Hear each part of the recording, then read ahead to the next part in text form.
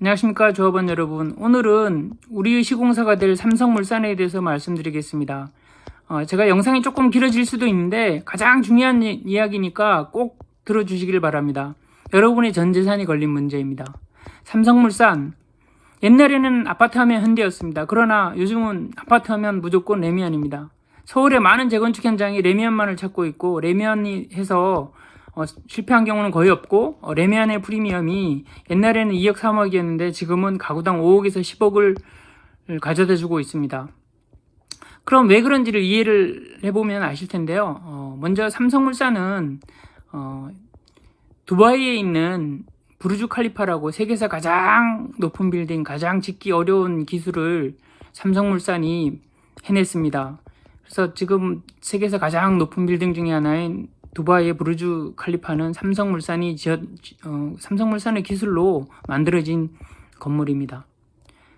그 이후 사우디에서 부르주 칼리파 아랍에미리트를 견제하기 위해서 제다타워라는 1000m짜리 빌딩을 짓고 있고 시도를 했는데 중간에 이제 코로나 때 사업이 멈췄습니다.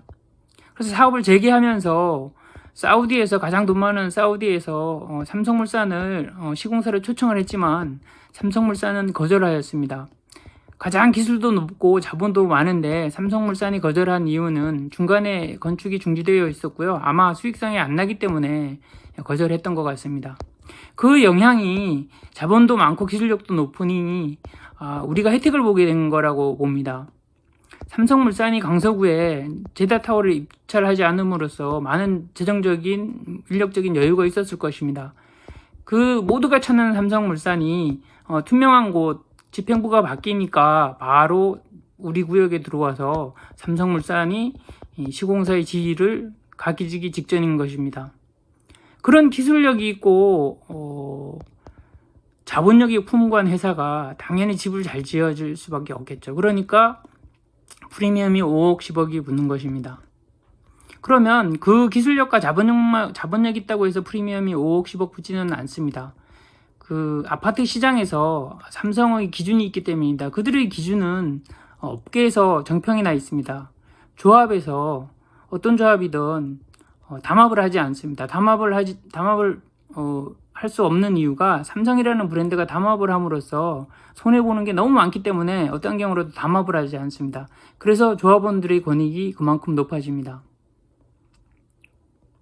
삼성이 우리 구역에 들어온다는 말이 나오는 순간 매물이 하나도 없어졌습니다. 지금 제가 우리 조합방에도 올렸지만 매물 5개, 6개 정도는 처리해 줄 수 있다고 했습니다.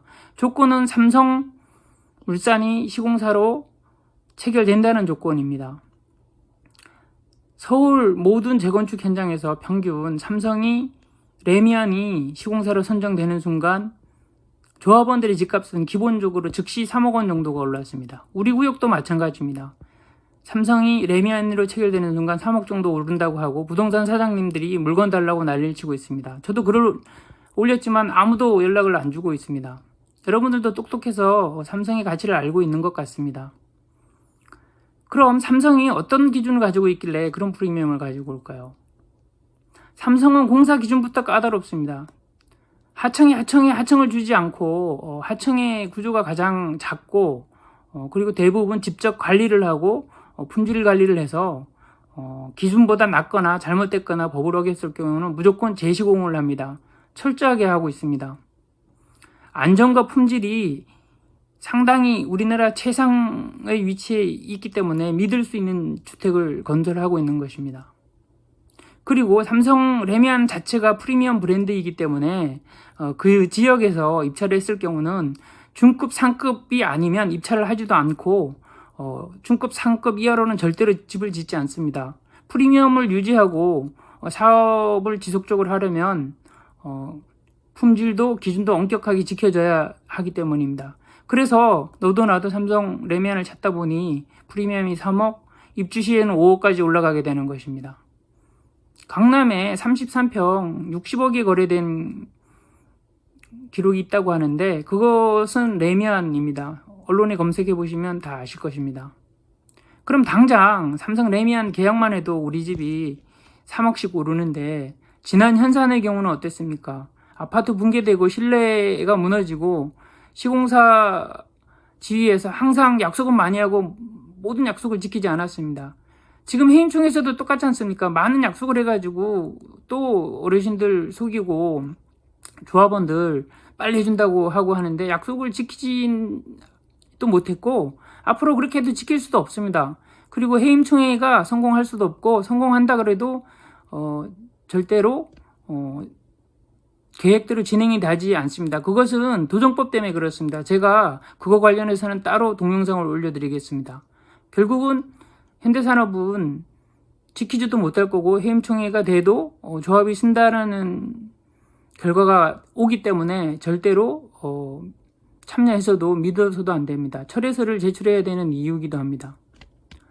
내일 사업 설명회 현장에 가시면 명확하게 전문가들이 다 더 설명을 해주시고 법적으로 아무 문제도 없음을 알려줄 겁니다. 삼성은 우리나라에서 최고의 법무팀이고 모든 것을 검증하고 우리 구역에 아무 문제가 없는 것을 확인하고 들어왔습니다. 만약에 문제가 있거나 법적으로 소송이 걸리거나 삼성이 약속한 대로 하지 않을 것 같으면 담당 사업부장이나 임원들 또는 직원들이 잘리겠죠. 우리나라 최고의 팀, 최고의 문속력이 뭐 잘리는 짓을 하겠습니까? 그래서 상식적으로는 절대 그럴 수가 없습니다. 결국은 해임총회 주동자들, 현산에 주장하는 것들이 다 거짓말이죠. 삼성의 이익금에 대해서 구조를 말씀드리겠습니다.